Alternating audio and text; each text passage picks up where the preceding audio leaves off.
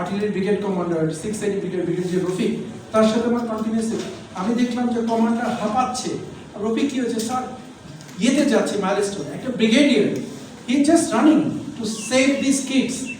আমি শুনতে পাচ্ছি হাঁপাচ্ছে আর দৌড়াচ্ছে। স্যার প্লেন ক্র্যাশ করেছে, ওই প্রথম আমাকে রিং করেছে। আমরা সিভিল স্ট্যান্ড বাই করেছি, গাড়ি মুভ করে দিয়েছে, এডিশনাল ট্রুপস মুভ করে দিয়েছি, ফায়ার সার্ভিস ওরাও জেনেছে, আমরাও জানিয়েছি, ওটা মুভ করে দিয়েছি।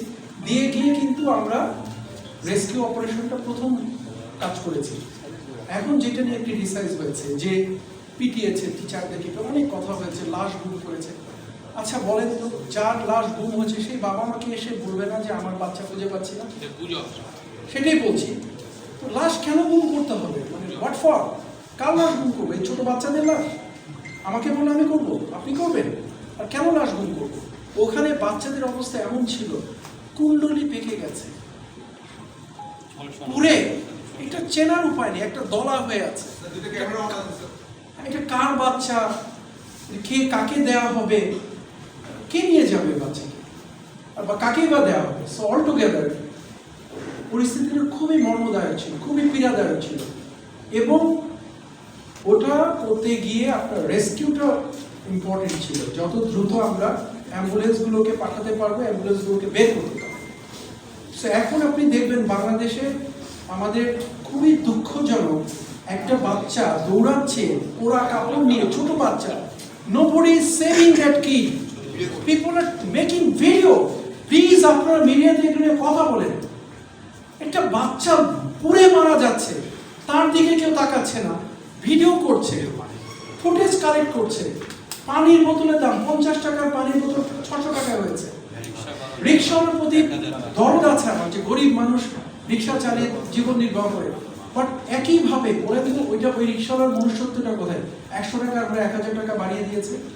আমি রিক্সাওয়ালা বলতাম ভাড়া লাগবে না, চলেন যে। আমার সৈনিক তো জামা খুলে ভ্যান চালিয়েছে, আমার তো ভ্যান চালানোর কথা না। বাট কথা সেটা না, কথা হচ্ছে আমার কাছে জীবন বাঁচানো জরুরি।